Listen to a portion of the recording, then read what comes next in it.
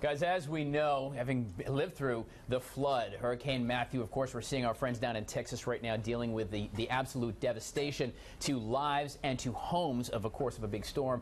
We're now looking at Hurricane Irma passing through the Midlands, potentially. And of course, with that, we got to talk about the impact of our major investment, our real estate, our home, our land. Patrick Mooney from Real Estate Consultants in Lexington joins us this morning. So what is the baseline effect when a major event like this potentially comes through? Let's look at Texas, perhaps, where entire neighborhoods were mowed down. What happens into the real estate market? Well, it's potentially devastating. Right. I mean, the market in Houston right now is just devastated. Sure. I suspect they've just lost tons of money, people, houses, and just got cleared out with that water. Sure. Similar to what happened in 2015 here.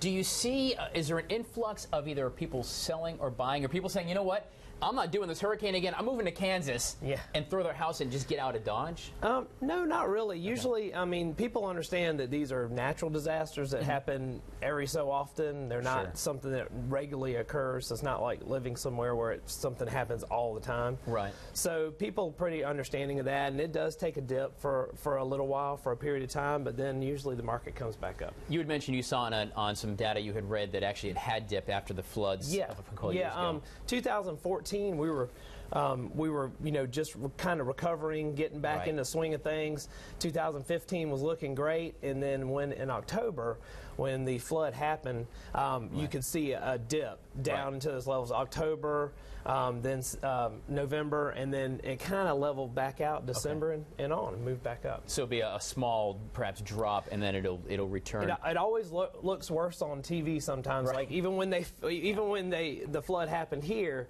there were a lot of areas that were affected, but there were a lot of areas that weren't affected. Sure. So it just kind of depends on where the devastation happens. And of course, we only have a couple of quick seconds left. But obviously, in the case of this, if you're looking to buy a home in the next few months, there's additional concerns. You want to look for water damage and things like that, and a potential home, right? Just to make sure that wasn't part of the issue. Oh yeah, absolutely. If you're already doing inspections, or say you have a house right now that's under contract, and then the storm comes through, you definitely want to get that inspector back out there to re-inspect, make sure there wasn't any damage done, and contracts protect buyers in that regard. So don't panic. Your house is going to be hopefully fine. If it's not, there are ways we can work through that. That's what insurance is for. That's right. That's what insurance is for, and they take care of those things. All right, Patrick Mooney, Real Estate Consultants over in Lexington. Appreciate it. We'll put links for you at abccolumbia.com to Patrick and other tips for real estate, the market, and how a storm or major event can impact it. Stay with us.